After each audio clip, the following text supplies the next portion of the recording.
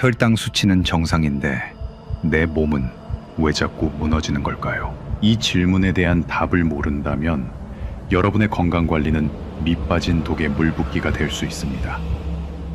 오늘 이야기는 지난달 제 진료실을 찾아오셨던 70세 박영감님의 사연으로 시작해보려 합니다.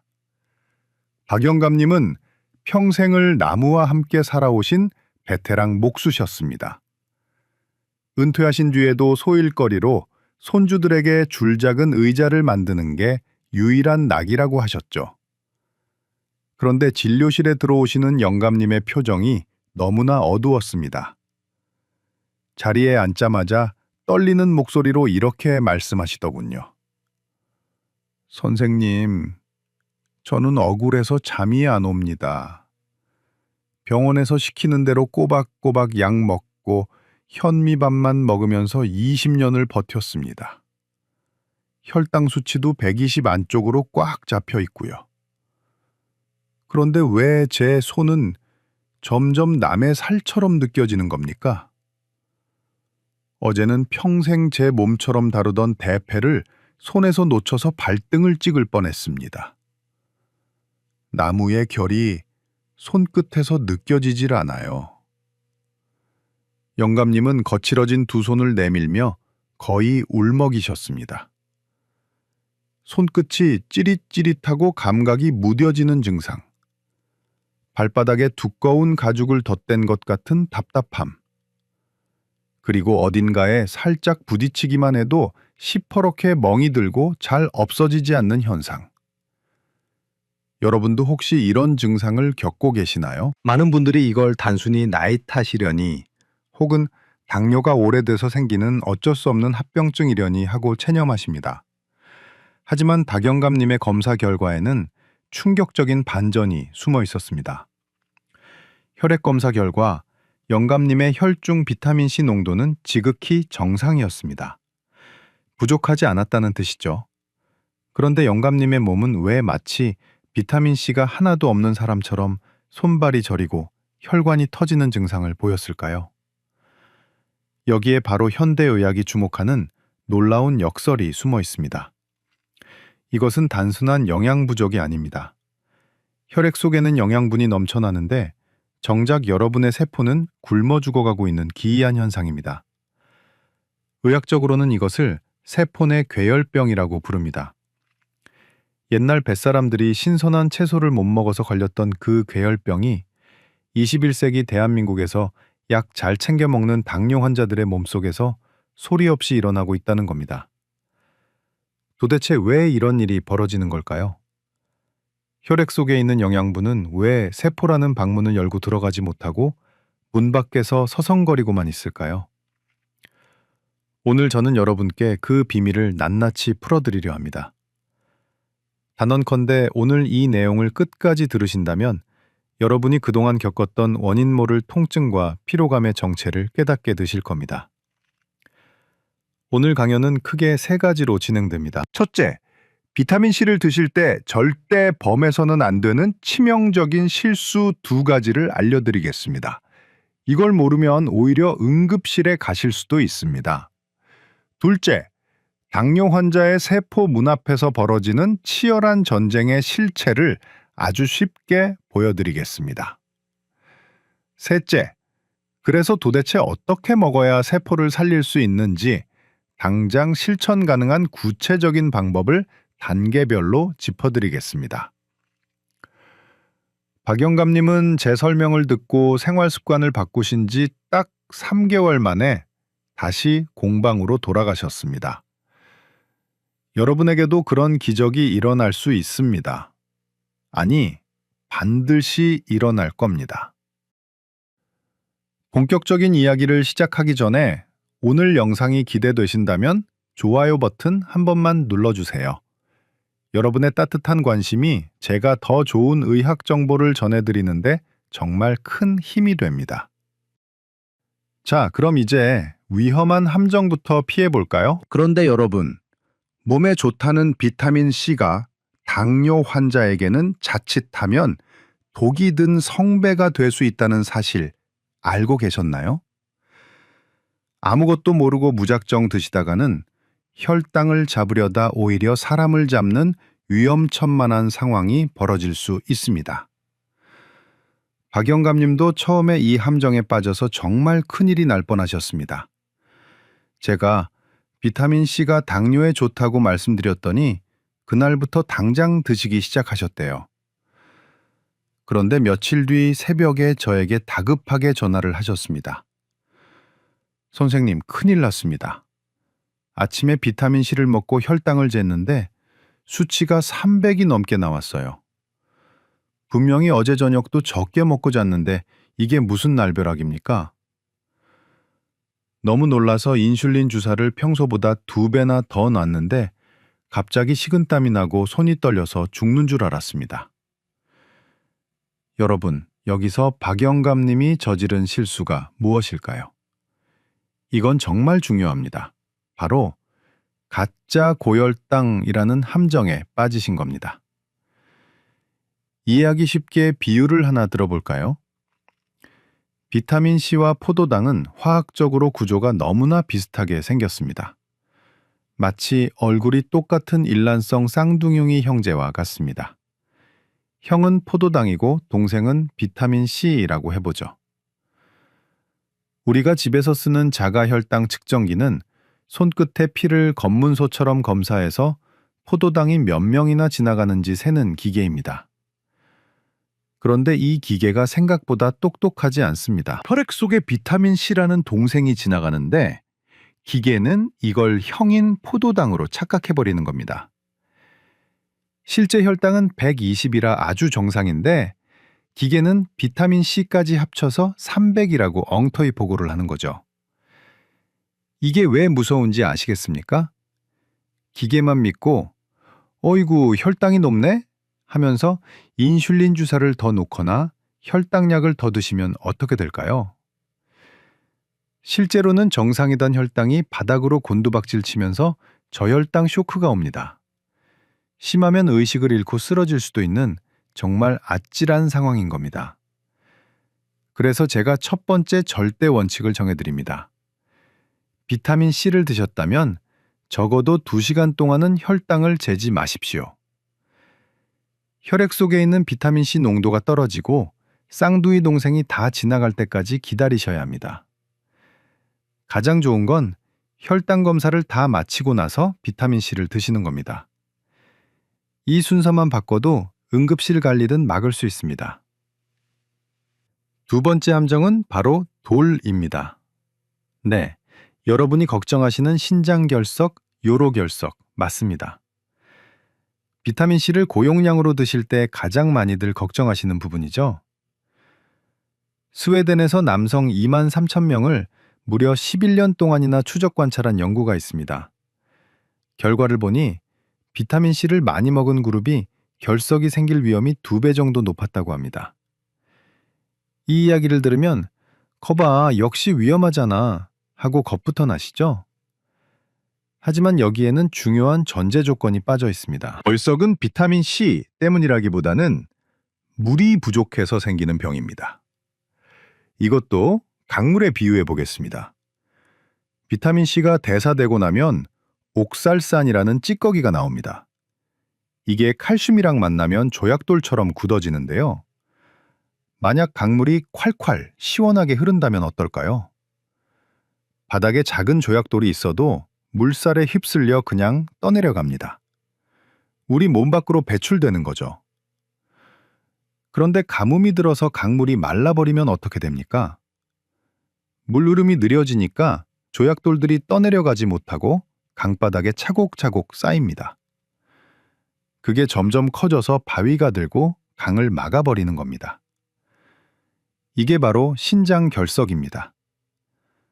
당뇨 환자분들은 특히 소변을 자주 보시기 때문에 몸속 수분이 부족하기 쉽습니다. 이미 강물이 말라있는 상태인 거죠. 여기에 비타민C만 들이부으면 당연히 돌이 생길 수밖에 없습니다.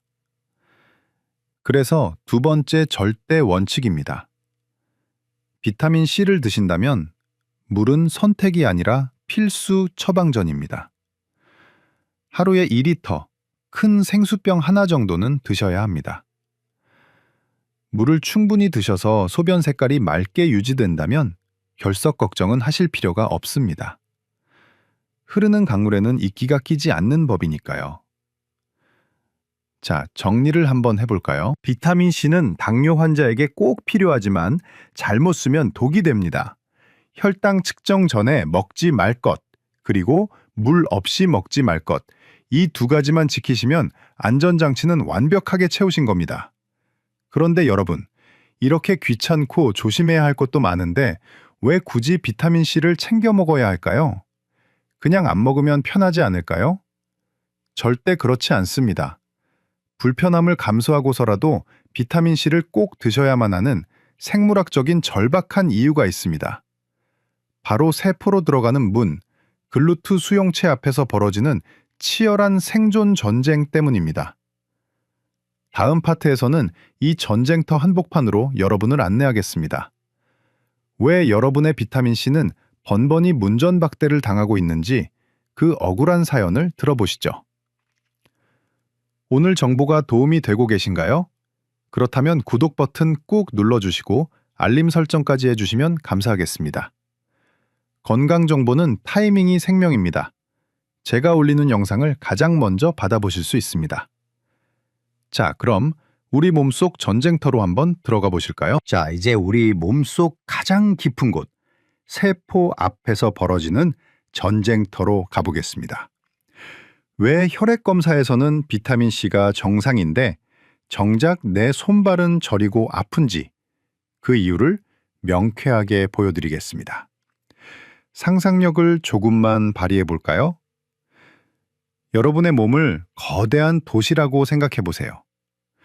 그리고 혈관은 이 도시를 가로지르는 도로이고 그 위를 달리는 만원 버스가 바로 여러분의 세포입니다. 이 버스에는 승객들이 타야만 비로소 세포가 에너지를 얻고 건강하게 움직일 수 있습니다. 그런데 이 버스에 타려는 승객은 딱 두 종류입니다. 하나는 포도당이고 다른 하나는 비타민C입니다. 문제는 이 버스에 타는 문이 딱 하나밖에 없다는 겁니다. 전문 용어로는 글루트 수용체라고 부르는데 쉽게 말해 공용 출입문입니다. 포도당도 이 문으로 들어가야 하고 비타민C도 반드시 이 문을 통과해야만 합니다.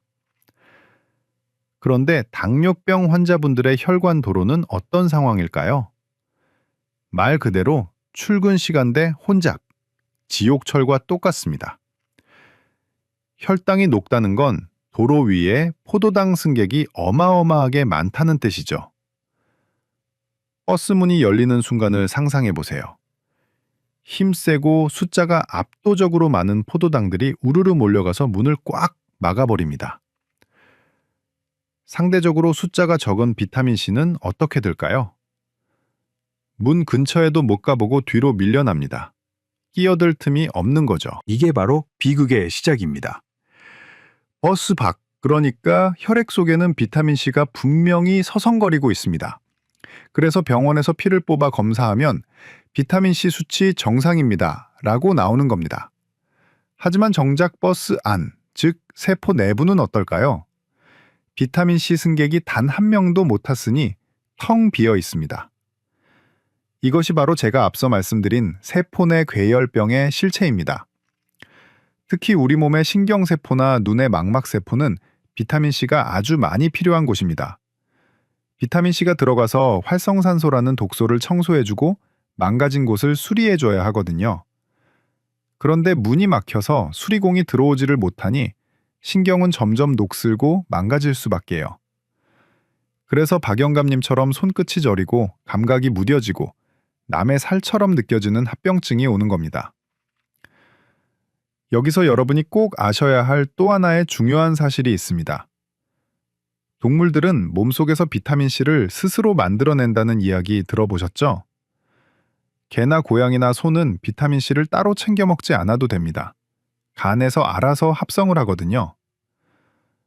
그런데 이 동물들이 스트레스를 받거나 몸이 아프면 어떻게 하는지 아십니까? 평소보다 무려 10배나 더 많은 비타민C를 폭발적으로 만들어냅니다. 몸이 비상사태라고 인식하고 전쟁 물자를 쏟아붓는 겁니다.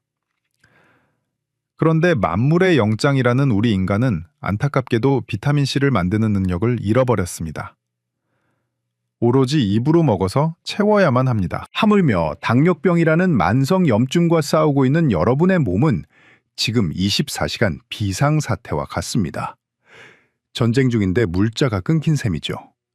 그렇다면 이 전쟁에서 이기려면, 그리고 꽉 막힌 버스 문을 뚫고 비타민C를 세포 안으로 밀어 넣으려면 어떻게 해야 할까요? 답은 숫자짜 싸움입니다. 포도당 군대보다 더 많은 비타민C 지원군을 투입해야 합니다.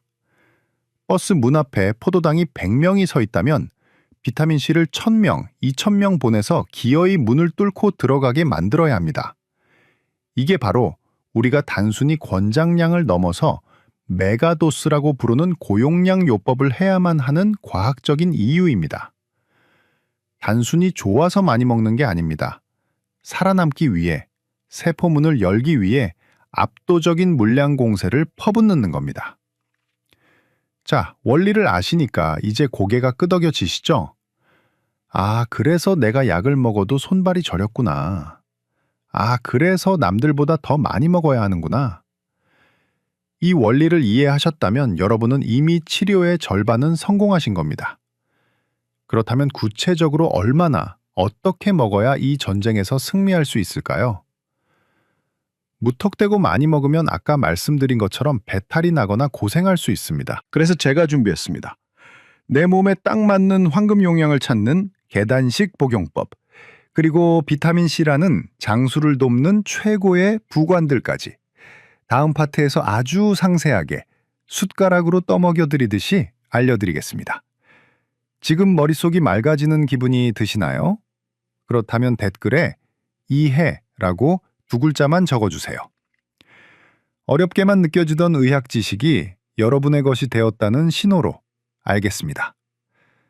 자, 이제 실전으로 들어가 볼까요? 자, 원리를 이해하셨다면 이제는 행동으로 옮길 차례입니다.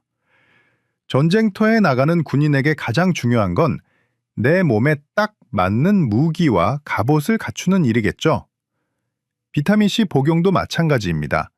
남들이 좋다고 해서 무작정 따라하시면 탈이 납니다. 사람마다 얼굴 생김새가 다르듯이 장이 받아들일 수 있는 비타민C의 용량도 천차만별이거든요.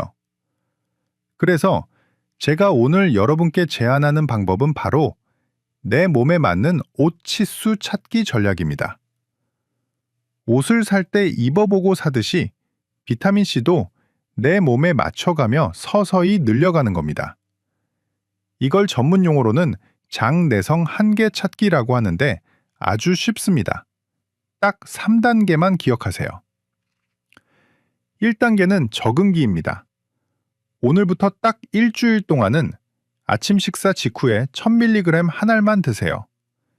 이때 가장 중요한 건 타이밍입니다. 밥 숟가락 내려놓자마자 물 한 컵과 함께 바로 드시는 겁니다.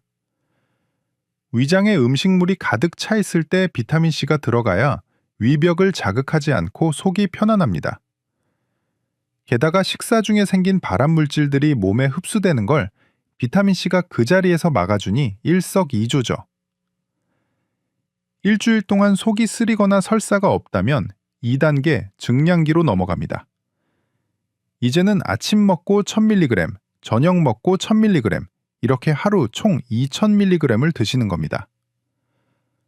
왜 한 번에 안 먹고 나눠 먹냐고요? 비타민C는 우리 몸에 저장되지 않고 몇 시간 지나면 소변으로 빠져나가기 때문입니다. 그래서 아침 저녁으로 나눠서 혈중 농도를 꾸준히 유지해 주는 게 훨씬 효과적입니다. 마지막 3단계는 최적화기입니다. 2000mg도 아무 문제 없다면 점심때 1000mg을 더해서 하루 3000mg까지 도전해 보는 겁니다. 그런데 만약 3000mg을 먹었더니 배가 살살 아프고 변이 묽어졌다. 그러면 어떻게 해야 할까요? 그게 바로 내 몸이 보내는 그만이라는 신호입니다. 그때는 다시 2000mg으로 돌아오시면 됩니다.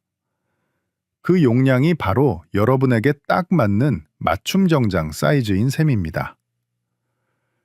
여기서 끝이 아닙니다. 비타민C라는 장수 혼자서 싸우기엔 당뇨라는 적이 너무 강력합니다. 그래서 든든한 지원군을 붙여줘야 하는데 그 최고의 파트너가 바로 알파리포산이라는 성분입니다. 이걸 쉽게 비유하자면 재활용센터와 같습니다. 비타민C가 몸속에서 활성산소와 싸우고 나면 힘이 다 빠져서 산화됩니다. 원래는 소변으로 배출되어야 하죠. 그런데 이 알파리포산이 들어오면 지친 비타민C를 씻기고 닦아서 다시 새 것처럼 부활시킵니다.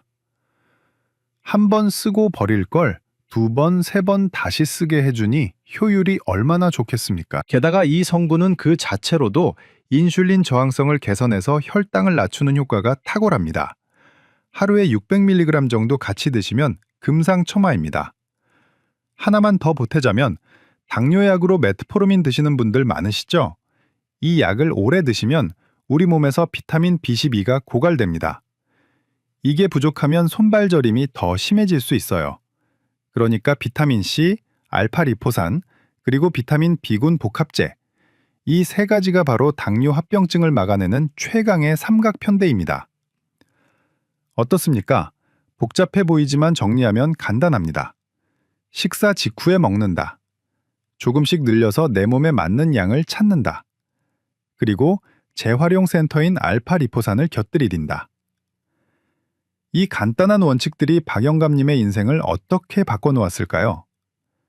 3개월간의 꾸준한 실천이 가져온 놀라운 변화, 그리고 여러분에게 드리는 마지막 당부를 다음 파트에서 전해드리겠습니다. 지금 당장 메모지 꺼내서 이 조합을 적어두고 싶지 않으신가요? 잘 적어두셨다가 약국 가실 때 꼭 참고하세요.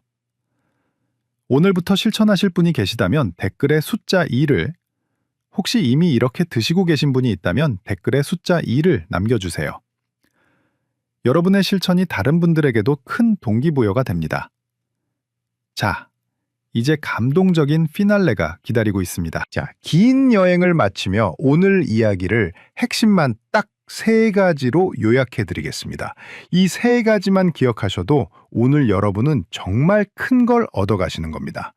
첫째, 당뇨 환자는 혈액 속에 비타민C가 있어도 세포 안은 텅 비어있는 세포 내 괴혈병 상태일 수 있습니다. 그래서 일반인보다 훨씬 많은 양, 하루 2000mg에서 3000mg의 메가도스가 필요합니다. 둘째, 반드시 계단식으로 늘리셔야 합니다. 1000mg부터 시작해서 내 장이 견딜 수 있는 최적의 용량을 찾으세요. 그리고 물은 꼭 하루 2리터 이상 드셔야 신장 결석을 막을 수 있습니다. 셋째, 비타민C 혼자 싸우게 하지 마세요. 알파리포산과 비타민 B군을 함께 드셔서 지친 비타민C를 되살리고 신경까지 보호하는 최강의 방어막을 구축하십시오. 그렇다면 3개월 뒤 우리 박영감님은 어떻게 되셨을까요? 얼마 전 진료실 문을 열고 들어오시는 영감님의 얼굴은 3개월 전과는 딴판이었습니다.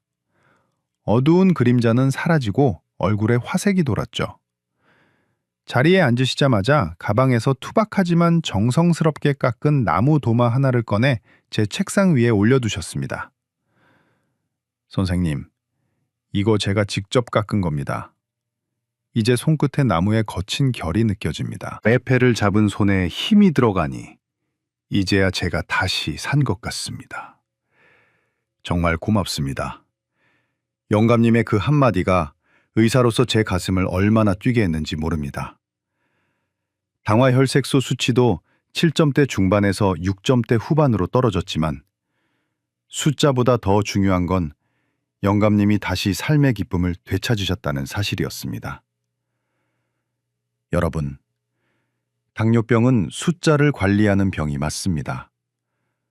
하지만 우리는 종종 숫자에만 집착하느라 정작 그 숫자를 만들어내는 내 몸속 세포의 안부는 잊고 삽니다.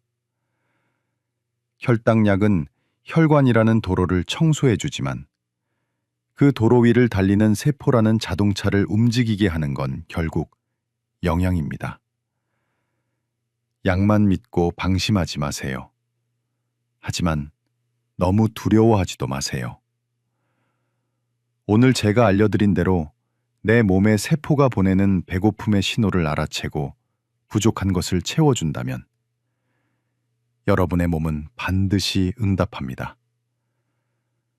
우리 몸은 생각보다 훨씬 더 강한 회복력을 가지고 있거든요. 박 영감님이 다시 대패를 잡으신 것처럼 여러분도 포기했던 취미, 가고 싶었던 여행, 손주를 안아주는 기쁨을 다시 온전하게 누리시길 진심으로 바랍니다.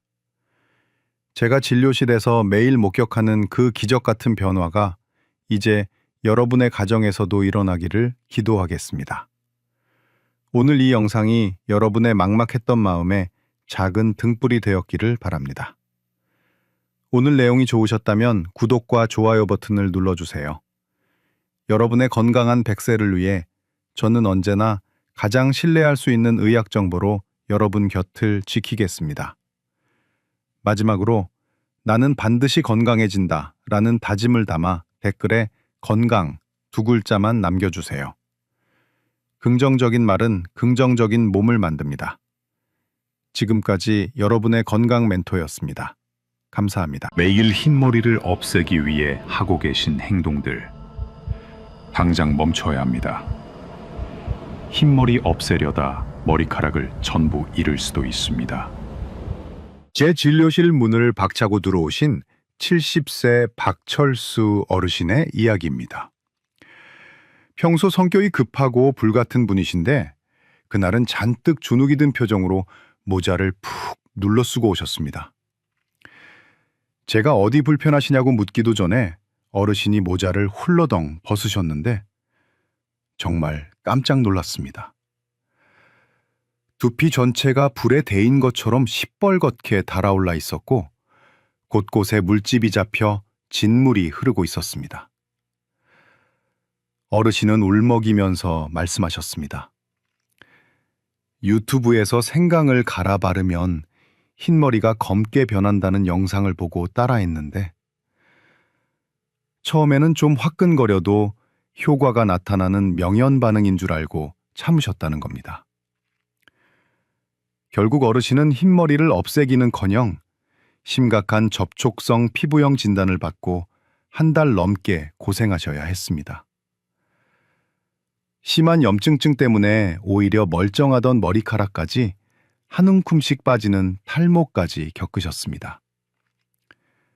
자, 여러분. 여기서 제가 의사로서 확실하게 말씀드리겠습니다. 생강을 두피에 바르면 흰머리가 없어진다는 말, 그것은 의학적으로 완전히 틀린 말입니다. 오히려 그 반대입니다. 생강에 들어있는 핵심 성분인 진저롤은 혈액순환을 돕는 좋은 성분이 맞습니다.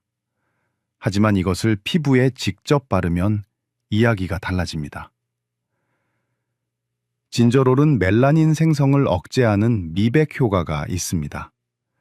쉽게 말해서 피부과에서 얼굴 하얘지라고 쓰는 미백 화장품 원료와 비슷한 작용을 한다는 겁니다. 생각해 보십시오.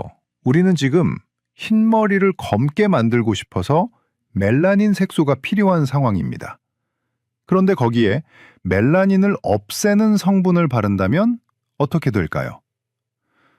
불난 집에 부채질하는 것이 아니라 불을 피워야 하는 아궁이에 물을 끼얹는 격입니다. 박철수 어르신은 검은 머리를 원하셨지만 실제로는 두피에 멜라닌 공장 문을 닫게 만드는 약을 바르고 계셨던 셈입니다. 게다가 생강은 자극이 매우 강합니다. 우리 피부 중에서도 가장 예민한 두피에 생강즙을 바르는 건 캡사이신 소스를 피부에 바르는 것과 다를 바가 없습니다.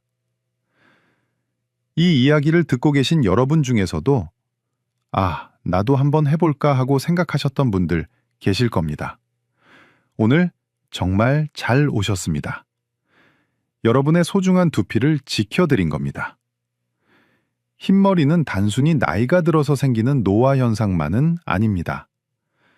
우리 몸속 어딘가에서 영양소 공급이 끊겼다는 구조 신호일 수도 있고, 특정 세포가 잠시 파업을 하고 있다는 신호일 수도 있습니다.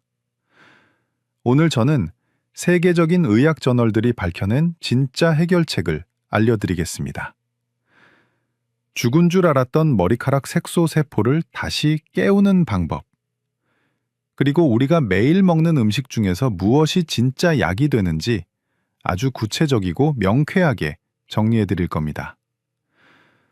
혹시 지금 거울을 볼 때마다 늘어나는 흰머리 때문에 한숨 쉬고 계신가요? 염색을 해도 일주일이면 희끗희끗 올라오는 뿌리 때문에 스트레스 받으시나요? 그렇다면 오늘 이 영상이 여러분의 10년 젊음을 되찾아줄 기적 같은 시간이 될 겁니다. 본격적인 이야기를 시작하기 전에 오늘 주제가 흥미롭다면 좋아요 버튼 한번 꾹 눌러주십시오. 여러분의 작은 관심이 제가 더 좋은 건강 정보를 전해드리는데 정말 큰 힘이 됩니다. 두피가 빨갛게 뒤집어졌던 박철수 어르신. 병원에서 치료를 받고 두피 염증은 겨우 가라앉았지만 어르신의 검은 머리에 대한 집념은 꺾이지 않았습니다. 생강팩이 실패로 돌아가자 이번에는 마트 식품 코너를 공략하기 시작하셨습니다.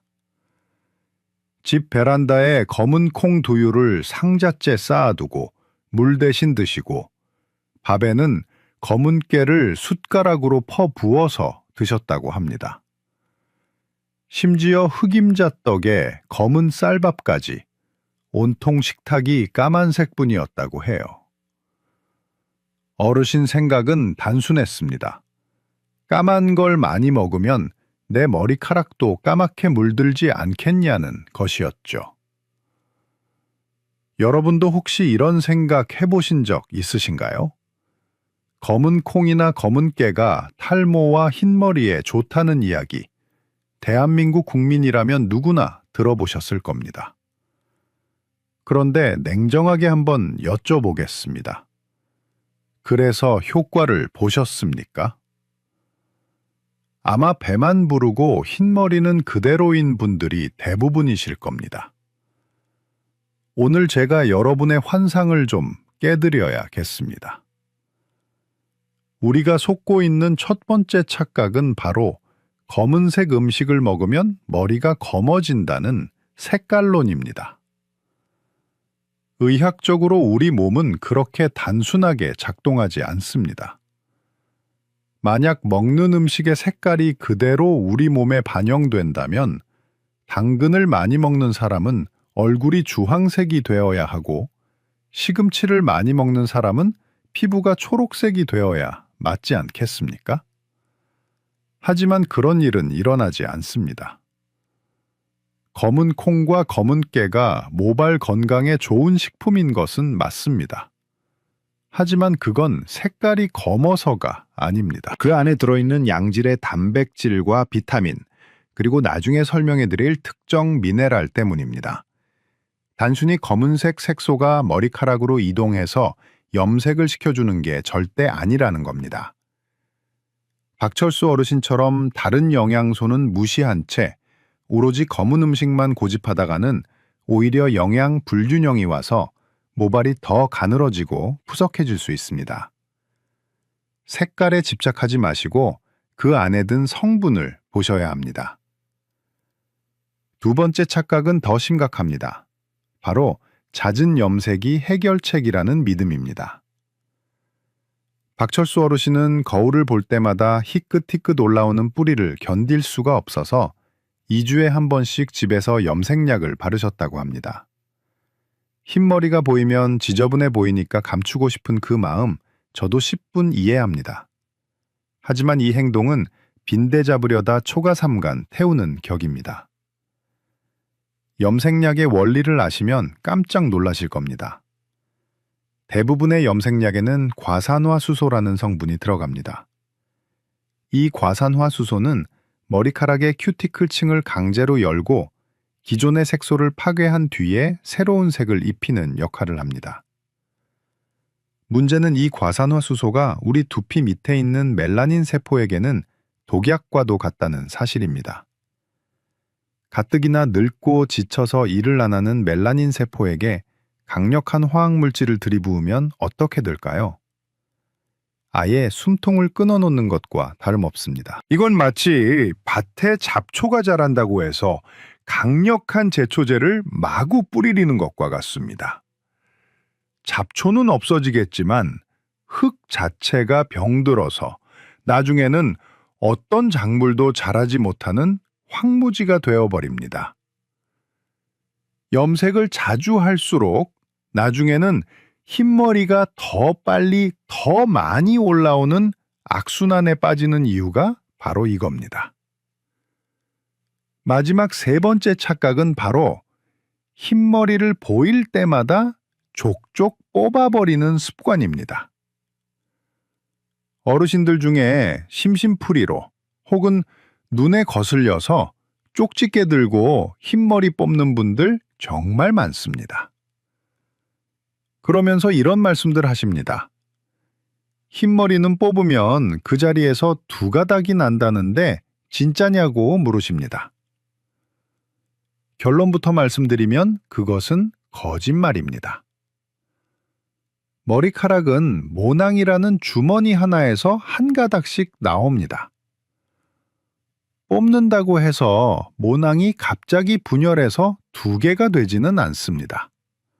하지만 뽑으면 안 되는 진짜 무서운 이유가 있습니다. 바로 견인성 탈모입니다. 흰머리가 보기 싫다고 강제로 뽑아내면 모낭이 다칩니다. 모낭도 수명이 있어서 평생 머리카락을 만들어내는 횟수가 정해져 있습니다. 자꾸 뽑아내면 모낭이 지쳐서 에라 모르겠다 하고 문을 닫아버립니다. 그럼 그 자리는 어떻게 될까요? 흰머리조차 나지 않는 맨질맨질한 빈 살이 되어버립니다. 흰머리는 염색이라도 할 수 있지만 머리카락이 아예 없으면 가릴 방법도 없습니다. 흰머리 피하려다 영구 대머리가 되는 비극은 막아야 하지 않겠습니까? 자, 정리해 보겠습니다.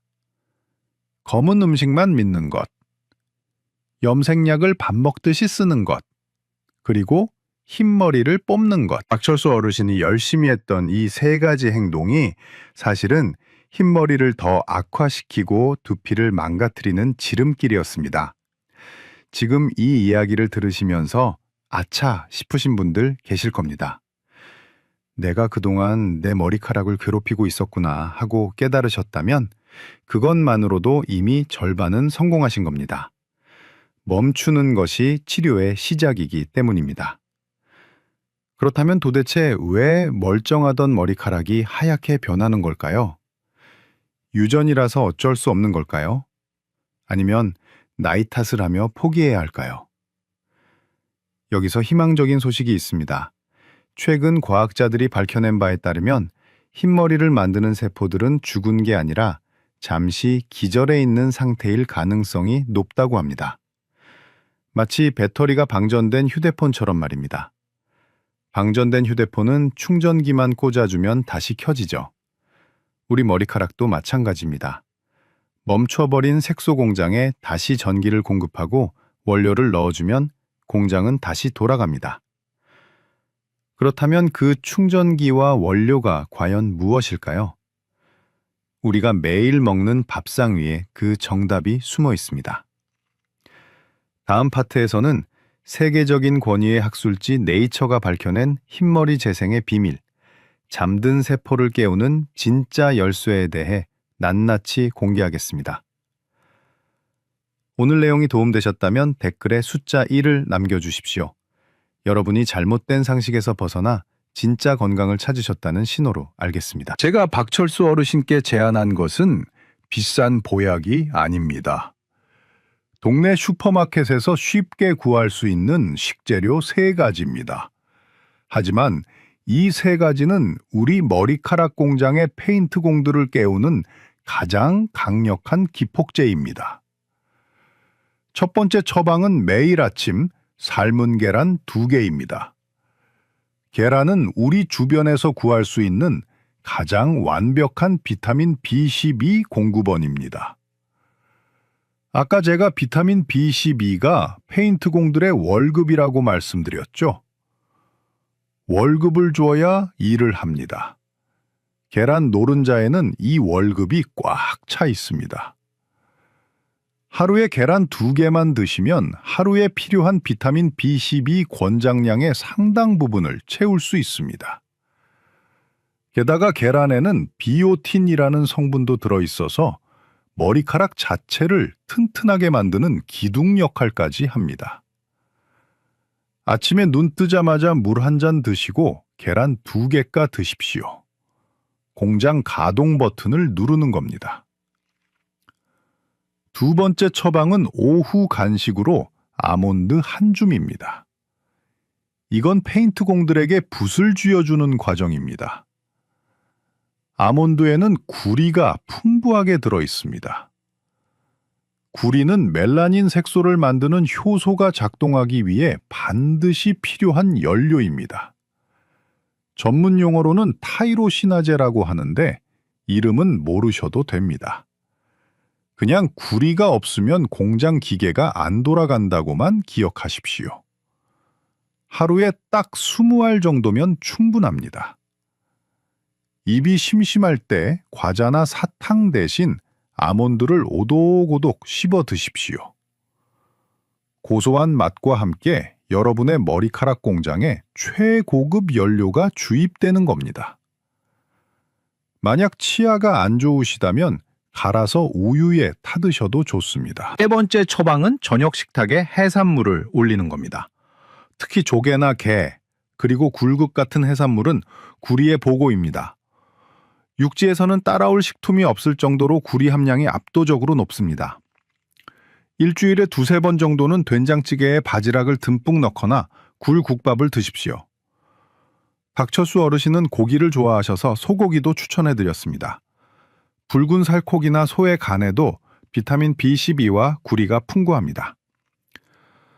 자, 정리하겠습니다. 아침에는 계란 2개로 월급 주고 간식으로 아몬드 먹어서 연료 넣고 저녁에는 해산물로 공장을 튼튼하게 만듭니다. 이것이 바로 색소 공장 재가동 3단계 루틴입니다. 하지만 여기서 끝이 아닙니다. 좋은 재료를 아무리 넣어도 공장 지붕이 뚫려 있으면 비바람에 기계가 다 망가집니다. 그래서 제가 박철수 어르신께 신신당부한 2가지 생활 수칙이 있습니다. 첫 번째는 외출할 때 반드시 모자를 쓰라는 겁니다. 자외선은 두피의 적입니다. 자외선이 두피에 닿으면 활성산소라는 독소가 생겨서 모낭세포를 공격하고 늙게 만듭니다. 쉽게 말해 공장에 폭격을 가하는 것과 같습니다. 특히 정수리 부분은 햇빛을 정통으로 받기 때문에 가장 먼저 흰머리가 생기고 탈모가 옵니다. 박철수 어르신께 멋진 중절모 하나 장만하시라고 했습니다. 패션도 살리고 머리카락도 지키는 일석이조의 방법입니다. 여러분도 낮에 산책 나가실 때는 꼭 모자를 챙기십시오. 두 번째는 오늘 당장 담배를 끊으셔야 합니다. 흡연자는 비흡연자보다 흰머리가 생길 확률이 2.5배나 높습니다. 담배 연기 속에 있는 화학 물질들은 혈관을 수축시킵니다. 두피로 가는 혈관이 좁아지면 우리가 열심히 챙겨 먹은 계란과 아몬드의 영양분이 공장까지 배달이 안 됩니다. 길이 막혀서 트럭이 못 가는 상황인 겁니다. 흰머리를 다시 검게 만들고 싶다는 간절함이 있으시다면 담배는 이제 놓아주셔야 합니다. 마지막으로 자기 전에 5분만 두피 마사지를 하십시오. 손가락 끝으로 두피를 꾹꾹 눌러주면 좁아졌던 혈관이 열리면서 영양분 공급이 원활해집니다. 박철수 어르신은 이 처방전을 받아들고 비장한 표정으로 진료실을 나가셨습니다. 그리고 저에게 약속하셨습니다. 선생님 말씀대로 딱 3개월만 미친 척하고 해보겠습니다. 왜 하필 3개월일까요? 머리카락은 한 달에 고작 1cm 자랍니다. 죽어있던 세포가 깨어나서 새로운 색을 입히고 그 머리카락이 우리 눈에 보일 만큼 자라나려면 최소한 3개월의 시간이 필요합니다. 하루 이틀 해보고 에이, 거울 봤는데 그대로네 하고 포기하시면 안 됩니다. 우리 몸은 정직합니다. 꾸준히 넣어주면 반드시 반응합니다. 과연 성격 급한 박철수 어르신은 이 3개월의 시간을 잘 견뎌내셨을까요? 그리고 3개월 뒤 다시 찾은 진료실에서 어떤 기적 같은 변화를 보여주셨을까요? 마지막 파트에서 그 감동적인 결과를 공개하겠습니다. 여러분도 깜짝 놀라실 겁니다. 오늘부터 이 식단 시작해보겠다고 결심하신 분들은 댓글에 실천이라고 딱 2글자만 남겨주십시오. 여러분의 굳은 의지를 보여주십시오. 6개월이라는 시간이 흘러 저와 손가락 걸고 약속했던 그 시간이 지나고 박철수 어르신이 다시 제 진료실을 찾아오셨습니다. 문이 열리고 들어오시는 어르신의 발걸음부터 달랐습니다. 처음 오셨을 때 그 주눅 들고 어두웠던 표정은 온데간데 없고 얼굴에 자신감이 넘쳐 흘렀습니다. 자리에 앉으시자마자 제가 부탁드리지도 않았는데 쓰고 계신 중절모를 멋지게 벗으시더군요. 여러분, 결과가 어땠을지 정말 궁금하시죠? 솔직하게 말씀드리겠습니다. 20대 청년처럼 머리가 새카맣게 변했을까요? 아닙니다. 만약 그렇다면 그건 의학이 아니라 마법이겠죠. 하지만 변화는 분명하고 확실했습니다. 처음 배웠을 때는 힘없이 풀풀 날리던 가늘고 투명한 흰머리였는데 6개월이 지난 지금은 머리카락에 힘이 생겼습니다. 그리고 무엇보다 놀라운 건 머리카락 뿌리 부분이었습니다. 새로 올라오는 머리카락들이 진한 회색빛을 띠고 있었습니다.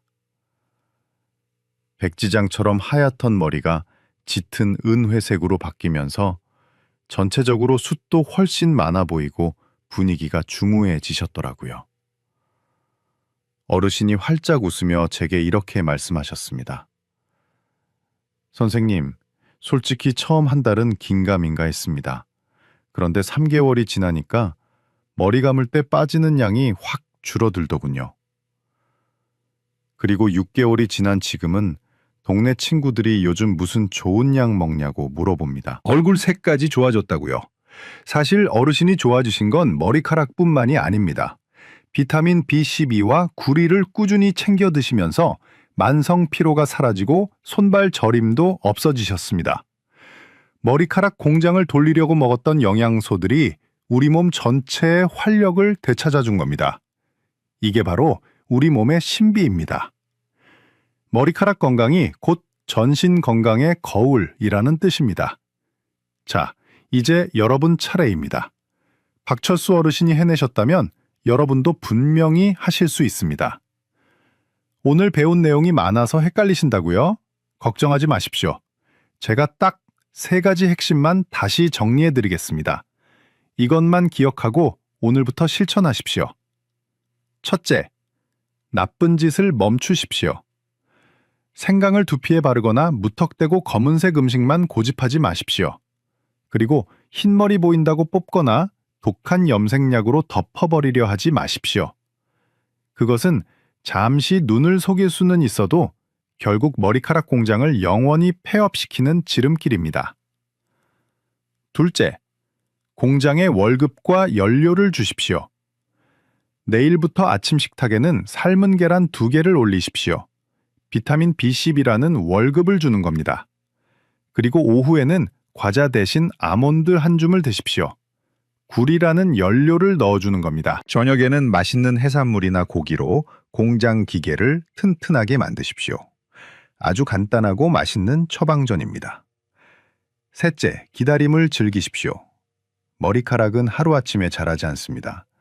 최소 3개월, 우리 몸이 회복할 시간을 주십시오. 조급해하지 말고 매일의 건강한 습관을 즐기다 보면 어느새 거울 속의 내가 달라져 있을 겁니다. 여러분, 나이 드는 것을 막을 수는 없습니다. 흰머리가 생기는 것도 자연스러운 자연의 섭리입니다. 하지만 그 속도를 늦추고 건강하고 아름답게 나이 드는 것은 우리의 선택입니다. 오늘 제가 알려드린 방법은 단순히 흰머리를 없애는 기술이 아닙니다. 내 몸을 소중히 여기고 내 몸에 필요한 진짜 영양을 공급하는 건강한 삶의 방식입니다. 오늘 영상을 보시고 그래, 나도 한번 해보자 하는 마음이 드셨다면 지금 바로 냉장고를 열어보십시오. 그리고 내일 아침 드실 계란을 미리 꺼내 두십시오. 그 작은 행동 하나가 기적의 시작이 될 겁니다. 오늘 영상이 유익하셨다면 주변에 흰머리로 고민하시는 소중한 분들께 꼭 공유해 주십시오. 카카오톡으로 링크를 보내주시면 그분들에게도 큰 희망이 될 겁니다. 그리고 아직 안 하셨다면 좋아요와 구독 버튼 꾹 눌러주십시오. 앞으로도 여러분의 건강을 지키는 가장 확실하고 명쾌한 정보로 찾아오겠습니다. 마지막으로 댓글에 시작 혹은 도전이라고 남겨주십시오. 여러분의 새로운 시작을 제가 진심으로 응원하겠습니다. 감사합니다. 건강하세요. 건강을 위해 챙겨 먹었던 항암에 좋다는 음식들. 그 음식들이 오히려 암세포를 키우고 있을 수 있습니다. 여러분, 이런 경험 있으신가요? 몸에 좋다는 음식은 다 챙겨 드시는데 효과는 잘 모르겠고 오히려 혈당은 올라가고 체중은 늘어나는 경우 말이에요. 오늘 말씀드릴 68세 김 여사님이 바로 그러셨습니다. 15년 전 유방암 1기로 수술받고 완치 판정을 받으셨어요. 그런데 최근 건강검진에서 공복 혈당 126, 1년 새 체중 5kg 증가. 암 재발이 두려워서 매일같이 항암식품을 챙겨 드셨는데 오히려 몸 상태가 나빠진 겁니다. 김 여사님은 밤마다 이 생각만 하셨대요. 내가 뭘 잘못하고 있는 걸까? 담당 의사는 혈당 관리가 암 재발 예방에 중요하다고 했는데 도대체 어떻게 먹어야 하는 건지 막막하셨던 거죠. 알고 보니 문제는 음식이 아니었습니다. 먹는 방법이었어요. 최근 국립암센터가 100년 만에 암세포 이론을 뒤집는 연구 결과를 발표했습니다. 암세포는 포도당만 먹는 게 아니라 지방산도 에너지원으로 쓰고 특히 고지방 환경에서 암 성장 속도가 무려 5배나 빠르다는 겁니다. 그런데 더 중요한 사실이 있어요. 단순히 당을 끊는다고 해결되는 게 아니라는 겁니다. 같은 음식도 어떻게 조리하고 어떻게 먹느냐에 따라 암세포에게 밥상을 차려줄 수도 있고 암세포를 굶겨 죽일 수도 있습니다. 조리 시간 단 몇 분 차이로 항암 성분이 90% 날아갈 수도 있고 조리 방법 하나 바꾸는 것만으로 혈당을 절반으로 낮출 수도 있어요. 먹는 순서만 바꿔도 식후 혈당 상승을 30%에서 50%까지 줄일 수 있습니다. 김 여사님이 바로 이 함정에 빠지셨던 겁니다. 좋은 음식을 드셨지만 방법이 완전히 잘못됐던 거예요. 오늘 제가 말씀드릴 3가지 식품은 여러분이 이미 아시는 음식입니다. 특별하거나 비싼 게 아니에요. 마트에서 쉽게 구할 수 있는 흔한 식품입니다. 하지만 99%의 사람들이 잘못 먹고 있는 음식이기도 합니다. 이 3가지만 제대로 드셔도 암세포의 에너지 공급을 완전히 차단할 수 있습니다. 그리고 이미 수많은 연구로 효과가 입증된 방법입니다. 미국 국립암연구소가 인정한 항암식품 1위가 그중 하나고요. 존스 홉킨스 대학이 20년간 연구한 항암 성분이 또 하나에 들어 있습니다. 여러분, 암은 무섭습니다. 하지만 우리에게는 하루 3끼의 기회가 있어요. 매 끼니가 전쟁터입니다. 오늘 이 영상 하나로 여러분의 식탁이 완전히 바뀔 겁니다. 오늘 영상이 기대되신다면 좋아요 버튼 한번 눌러주시고요. 댓글에 기대라는 2글자만 남겨주세요. 여러분의 클릭 하나가 더 많은 분들에게 이 정보를 전하는 힘이 됩니다. 자, 그럼 첫 번째로 절대 하시면 안 되는 치명적인 실수부터 말씀드리겠습니다. 김 여사님이 암 재발을 막으려고 매일 하셨던 게 바로 이겁니다. 군고구마 2개씩 드시고 브로콜리는 푹 삶아서 부드럽게 드시고 양배추는 생즙으로 마셨어요. 건강을 위해 정말 열심히 하신 거예요. 그런데 결과는 어땠습니까? 공복 혈당 126, 체중 5kg 증가. 왜 이런 일이 생긴 걸까요? 먼저 군고구마 말씀드릴게요. 여러분, 고구마가 항암식품 1위라는 건 맞습니다. 일본 도쿄대 연구에서 82가지 채소 중에서 발암 억제율 1위를 차지한 게 고구마예요. 미국 국립암연구소도 매일 고구마 먹는 사람은 안 먹는 사람보다 폐암 발생률이 절반으로 줄어든다고 발표했습니다. 그런데 이건 올바르게 먹었을 때 이야기입니다. 고구마를 구우면 어떻게 될까요? 호주 시드니 대학에서 놀라운 실험을 했습니다. 똑같은 고구마를 여러 가지 방법으로 조리해서 혈당 지수를 측정한 거예요. 결과가 충격적이었습니다. 고구마를 45분간 오븐에 구웠더니 혈당 지수가 94가 나왔어요. 이게 얼마나 높은 수치냐면 흰 쌀밥하고 똑같습니다. 바게트빵, 케이크랑 비슷한 수준이에요. 반면에 똑같은 고구마를 물에 삶았더니 혈당 지수가 46밖에 안 나왔습니다. 절반 이하로 떨어진 거죠. 김 여사님은 매일 군고구마 2개씩 드셨어요. 그때마다 혈당이 폭등했던 겁니다. 혈당이 급격히 오르면 우리 몸에서 인슐린이라는 호르몬이 대량으로 분비됩니다. 이 인슐린이 문제예요. 인슐린은 단순히 혈당만 낮추는 게 아닙니다. 암세포한테는 성장하라는 신호를 보내는 스위치 역할을 해요. 그래서 김 여사님은 항암식품을 먹으면서도 오히려 암세포가 좋아하는 환경을 만들어 주신 겁니다. 다음은 브로콜리입니다. 브로콜리는 설포라판이라는 강력한 항암 성분이 들어있어요. 이 성분이 암세포를 직접 공격합니다. 유방암, 전립선암, 대장암, 위암 세포를 죽이는 게 수많은 연구로 입증됐어요. 그런데 이 설포라판이 열에 약합니다. 이탈리아 나폴리 대학에서 브로콜리 조리법을 비교하는 연구를 했습니다. 브로콜리를 삶았더니 설포라판 함량이 최대 88%까지 사라졌어요. 거의 다 날아간 거예요. 튀기거나 볶으면 36% 감소하고 찌면 20% 정도만 손실됩니다. 김 여사님은 브로콜리를 부드럽게 먹으려고 10분 이상 툭 삶으셨대요. 그러면 항암 성분이 거의 다 물속으로 녹아버립니다. 브로콜리 색깔만 초록색이지 항암 효과는 거의 없는 채소를 드신 거나 마찬가지예요. 설포라판을 만들어내는 효소가 있는데 이름이 미로시나제입니다. 이 효소가 열을 받으면 바로 죽어버려요. 효소가 죽으면 설포라판이 생성될 수가 없습니다. 그래서 조리 시간이 조금만 길어져도 항암 효과가 급격히 떨어지는 겁니다. 마지막으로 양배추입니다. 양배추는 위 건강에 좋다고 다들 아시죠? 맞습니다. 비타민 U가 위 점막을 보호해줘요. 그런데 양배추의 진짜 무기는 따로 있습니다. 바로 인돌 3카비놀이라는 성분이에요.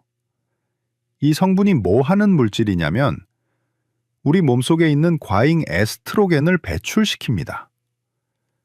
에스트로겐이 과하면 유방암, 자궁암, 전립선암 같은 호르몬 관련 암이 생기기 쉬워요. 그런데 인돌 3카비놀이 이 호르몬을 조절해서 암을 막아주는 겁니다. 미국 미시간 주립대 연구를 보면 양배추를 일주일에 3번 이상 먹은 여성은 한 번만 먹은 여성보다 유방암 발생 위험이 72%나 감소했습니다. 엄청난 효과죠. 그런데 문제가 있어요. 이 인돌 3카비놀은 양배추를 씹을 때 생성됩니다. 양배추 세포가 부서지면서 효소가 작용해서 만들어지는 거예요. 그래서 생즙으로만 마시면 흡수율이 떨어집니다. 반대로 너무 오래 익히면 효소가 파괴돼요. 김 여사님은 소화가 안 될까봐 양배추를 아예 즙으로만 마셨어요. 그러니까 항암 성분이 제대로 만들어질 수가 없었던 겁니다. 게다가 양배추를 10분 이상 물에 담가 씻으면 수용성 비타민이 다 빠져나갑니다. 정리해 드릴게요. 고구마를 구우면 혈당이 폭등해서 암세포 성장 신호가 켜집니다. 브로콜리를 오래 삶으면 항암 성분이 88% 사라집니다. 양배추를 잘못 먹으면 호르몬 조절 효과를 못 봅니다. 김 여사님은 이 세 가지를 다 잘못하고 계셨던 겁니다. 열심히 건강 챙기셨는데 방법이 틀렸으니 효과가 없었던 거죠. 오히려 혈당만 올라가고 체중만 늘어났던 이유가 바로 여기에 있습니다. 주변에 암으로 고생하시는 분 혹은 암이 걱정되시는 분이 계시다면 이 영상을 꼭 공유해 주세요. 한 분이라도 더 올바른 정보를 알 수 있도록 여러분의 작은 나눔이 큰 도움이 됩니다. 자, 그럼 여러분께 먼저 질문 하나 드리겠습니다. 혹시 이런 증상 있으신가요? 식후에 유독 피곤하고 졸립니다. 공복 혈당이 100 이상 나옵니다. 허리 둘레가 남자는 90cm, 여성은 85cm 이상입니다. 배만 유독 나왔습니다. 이 중에 하나라도 해당되시는 분 계십니까? 그렇다면 지금부터 제가 드리는 말씀 정말 집중해서 들으셔야 합니다. 왜냐하면 여러분의 몸이 지금 암세포가 자라기 딱 좋은 환경이 되고 있을 수 있기 때문입니다. 김 여사님도 정확히 이 상태셨어요. 식후마다 졸음이 쏟아지고 공복 혈당 126, 허리 둘레가 점점 늘어나고 있었습니다. 검사를 해보니 내장 지방이 상당히 많았고요. 이게 뭘 의미하는 걸까요? 바로 인슐린 저항성이 높다는 신호입니다. 인슐린 저항성이 뭐냐면 우리 몸에서 인슐린이 나와도 세포가 반응을 잘 안 하는 상태예요. 그러면 우리 몸은 더 많은 인슐린을 만들어냅니다. 혈당을 낮추려고요. 그런데 이렇게 되면 혈액 속에 인슐린이 과하게 많아지는 고인슐린 혈증 상태가 됩니다. 이 상태가 바로 암세포한테는 최고의 선물이에요. 왜 그럴까요? 인슐린이 많아지면 IGF-1이라는 물질도 함께 증가합니다. IGF-1은 인슐린 유사 성장 인자라고 부르는데 이름처럼 인슐린과 구조가 비슷해요. 이 물질이 뭐 하는 물질이냐면 세포한테 자라라, 분열하라는 신호를 보내는 겁니다. 원래는 우리 몸이 성장할 때 필요한 호르몬이에요. 어린이나 청소년 때는 꼭 필요하죠. 그런데 문제는 이 신호가 암세포한테도 똑같이 전달된다는 겁니다. 실제로 연구 결과를 보면 IGF-1 농도가 높을수록 대장암, 유방암, 전립선암, 폐암의 성장 속도가 빨라진다는 게 확인됐어요. 암세포한테는 성장 스위치를 켜주는 셈입니다. 정리하면 이겁니다. 혈당이 자주 오르면 인슐린이 자주 나오고 IGF-1도 자주 올라가고 암세포는 그때마다 성장하라는 신호를 받는 겁니다. 게다가 높아진 혈당은 암세포한테 에너지를 직접 공급해주고요. 그럼 암세포는 당을 얼마나 먹을까요? 암세포가 정말로 무서운 이유는 우리 몸의 당을 일반 세포보다 3배에서 8배까지 더 많이 먹어치운다는 겁니다. 이게 바로 1931년 노벨상을 받은 와버그 박사의 발견이에요. 와버그 박사는 이상한 걸 발견했습니다. 정상세포는 산소를 이용해서 효율적으로 에너지를 만드는데 암세포는 산소가 충분해도 비효율적인 방법으로 당을 태운다는 거예요. 왜 그럴까요? 암세포는 빨리 분열해야 하니까 당장 쓸 수 있는 에너지가 필요한 겁니다. 효율은 떨어져도 속도가 빠른 방법을 선택하는 거예요. 그런데 최근에 더 놀라운 사실이 밝혀졌습니다. 우리나라 국립암센터 김수열 박사팀이 100년 만에 새로운 발견을 한 거예요. 암세포는 당만 먹는 게 아니라 지방산도 에너지원으로 쓴다는 겁니다.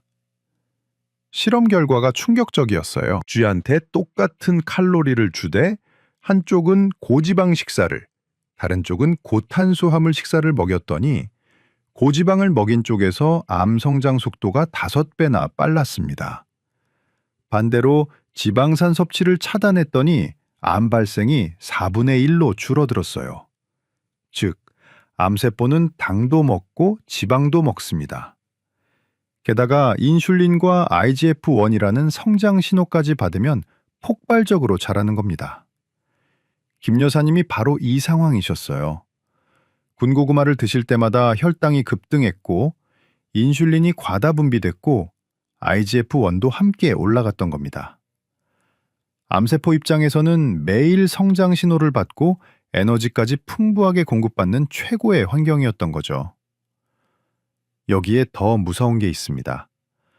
고혈당 상태가 계속되면 우리 몸에 만성 염증이 생깁니다. 혈관이 손상되고 활성산소가 늘어나고 면역세포가 과잉 반응을 해요. 이 염증 환경이 암세포가 이동하고 전이하는 걸 도와줍니다. 실제로 당뇨병 환자는 일반인보다 간암, 췌장암, 자궁내막암 발생 위험이 2배 이상 높다고 미국 암학회와 당뇨병학회가 공동 성명을 발표했어요. 그럼 여기서 중요한 질문입니다. 마른 사람은 괜찮을까요? 절대 아닙니다. 겉으로는 말라 보여도 내장 지방이 많으면 인슐린 저항성이 높을 수 있어요. 이런 분들도 암발병 위험이 비만인 만큼 높습니다. 김 여사님도 그렇게 뚱뚱한 편은 아니셨지만 내장 지방이 많았고 거기에 매일 군고구마로 혈당을 올렸으니 악순환이 반복됐던 겁니다. 그럼 단순히 고구마, 브로콜리, 양배추를 안 먹으면 될까요? 아니면 무조건 굶으면 될까요? 절대 아닙니다. 오히려 위험해요. 암 환자 중에 의도하지 않게 6개월 내에 체중이 5% 이상 빠지는 분들이 있어요. 이건 다이어트가 아닙니다. 악액질이라고 해서 암세포가 근육을 녹여서 에너지로 쓰는 무서운 상태예요. 이때는 오히려 고단백 식사가 필수입니다. 그러니까 굶어서 암을 죽인다는 건 위험한 생각이고요. 중요한 건 혈당을 급격히 올리지 않으면서 제대로 된 항암 영양소를 섭취하는 겁니다. 결국 핵심은 이겁니다. 암세포한테 에너지를 주지 않으면서 우리 몸에는 힘을 주는 방법. 그게 바로 오늘 말씀드리는 3가지 식품을 올바르게 먹는 겁니다. 김 여사님은 이 사실을 알고 나서 충격을 받으셨대요. 본인이 그렇게 열심히 건강 챙긴 게 오히려 암세포를 도와준 거나 다름없었으니까요. 그래서 방법을 완전히 바꾸기로 결심하셨습니다. 어떻게 바꾸셨을까요? 같은 고구마, 같은 브로콜리, 같은 양배추인데 어떻게 먹는 방법만 바꿔서 완전히 다른 결과를 만들어낼 수 있었을까요? 그 구체적인 방법을 지금부터 하나하나 정확하게 알려드리겠습니다. 오늘 영상이 도움이 되고 계신다면 지금 바로 구독 버튼과 알림 설정 버튼을 눌러주세요. 더 많은 분들이 올바른 건강 정보를 알 수 있도록 함께 해주시면 감사하겠습니다. 자, 이제 구체적으로 어떻게 드시면 되는지 정확하게 알려드립니다. 김 여사님이 실제로 3개월 동안 실천하신 방법 그대로 말씀드릴게요. 첫 번째, 찐 고구마입니다. 하루에 1개 150g 정도 드시면 됩니다. 중간 크기 고구마 1개 정도예요.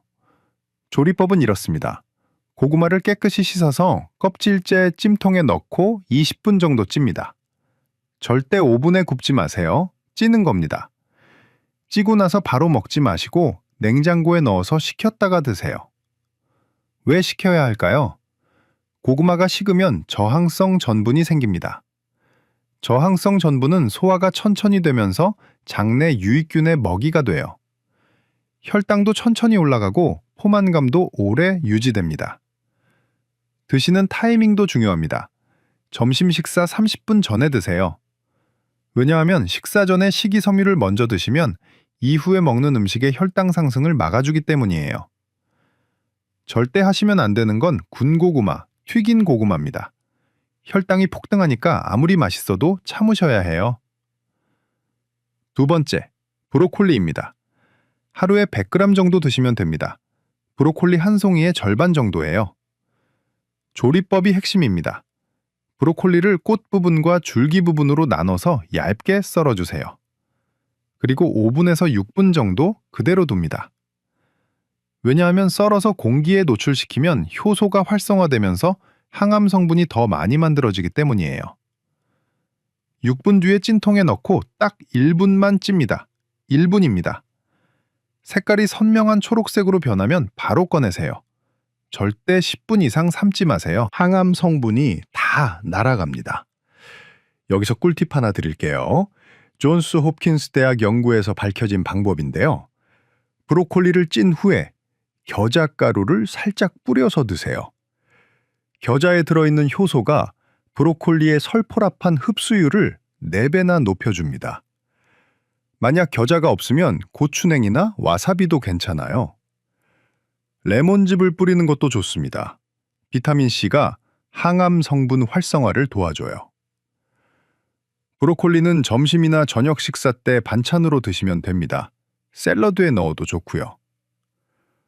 세 번째, 양배추입니다. 하루에 70g 양배추 잎으로 2장에서 3장 정도 드시면 됩니다.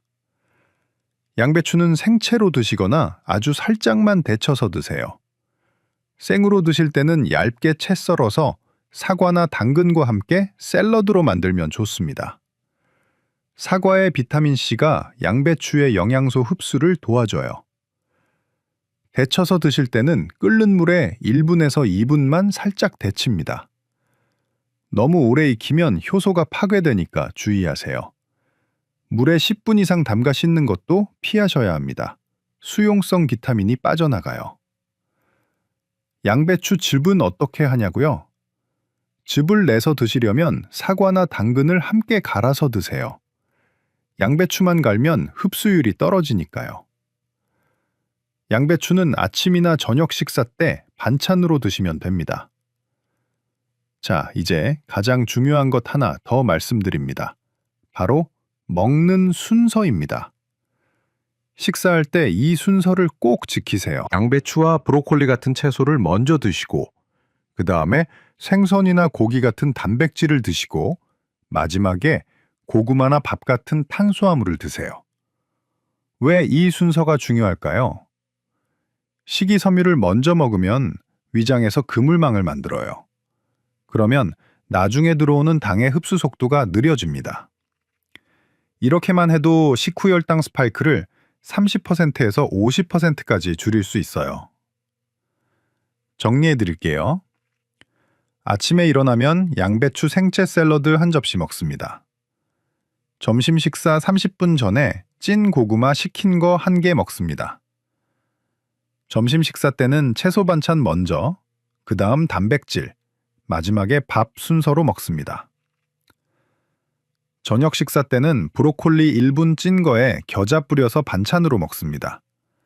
역시 채소, 단백질, 탄수화물 순서로요. 이게 전부입니다. 특별한 거 없죠? 마트에서 쉽게 구할 수 있는 식재료예요. 조리법도 어렵지 않습니다. 단지 방법만 정확하게 아는 게 중요한 겁니다. 김 여사님은 이 방법대로 3개월을 실천하셨습니다. 처음에는 군고구마가 그리우셨대요. 브로콜리를 1분만 찌는 게 익숙하지 않으셨고요. 하지만 암제발이 두려워서 꾹 참고 계속하셨습니다. 그 결과가 어땠을까요? 3개월 후 검사에서 공복 혈당이 126에서 98로 떨어졌습니다. 정상 범위로 돌아온 거예요. 체중은 3kg이 빠졌고 특히 허리둘레가 눈에 띄게 줄었습니다. 식후에 졸음이 쏟아지던 것도 없어졌고요. 무엇보다 김 여사님이 가장 기뻐하신 건 마음의 평화였대요. 암 재발에 대한 불안이 많이 줄어들었다고 하셨어요. 매 끼니마다 내가 암세포와 싸우고 있다는 확신이 생기셨대요. 김 여사님은 지금도 이 방법을 계속 실천하고 계십니다. 이제는 습관이 돼서 자연스럽게 하신대요. 여러분도 오늘부터 시작하실 수 있습니다. 한꺼번에 다 하려고 하지 마시고 하나씩 천천히 바꿔보세요. 오늘은 고구마 조리법만 바꿔보고 내일은 브로콜리 찌는 시간을 줄여보고 모레는 식사 순서를 바꿔보세요. 중요한 건 완벽함이 아니라 꾸준함입니다. 하루 이틀 실수해도 괜찮아요. 다시 시작하면 됩니다. 여러분, 오늘 바로 실천하실 건가요? 그렇다면 댓글에 실천이라는 두 글자만 남겨주세요. 그리고 댓글 다신 분들끼리 서로 응원하고 격려해 주시면 더 좋겠습니다. 함께 건강해지는 거예요. 혼자가 아닙니다. 여러분의 용기 있는 한 걸음이 암세포를 굶기고 여러분의 건강을 지키는 시작입니다. 자, 오늘 말씀드린 내용 핵심만 3가지로 정리해 드리겠습니다. 첫째, 고구마는 찌고 식혀서 드세요. 브로콜리는 1분만 찌고 겨자를 뿌려서 드세요. 양배추는 생채나 살짝 데쳐서 드세요. 조리법이 곧 약입니다. 둘째, 채소 먼저, 그 다음 단백질, 마지막에 탄수화물 순서로 드세요. 이 순서만 지켜도 혈당 스파이크를 절반으로 줄일 수 있습니다. 셋째, 암세포의 에너지원을 차단하는 것이 가장 강력한 예방법입니다. 혈당을 급격히 올리지 않으면서 제대로 된 항암 영양소를 섭취하는 것, 그게 핵심입니다. 여러분, 암은 무섭습니다. 하지만 우리에게는 매일 3끼의 기회가 있습니다. 아침, 점심, 저녁. 매 끼니가 암세포와 싸우는 전쟁터예요. 오늘부터 한 가지씩만 바꿔보세요. 내일 아침 고구마 굽지 말고 찌세요. 내일 저녁 브로콜리 10분 삶지 말고 1분만 찌세요. 모레는 식사 순서를 바꿔보세요.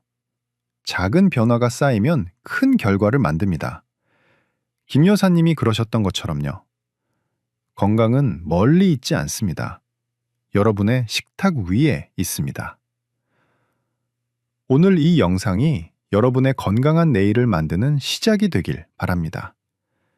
끝까지 시청해 주셔서 감사합니다. 건강하세요.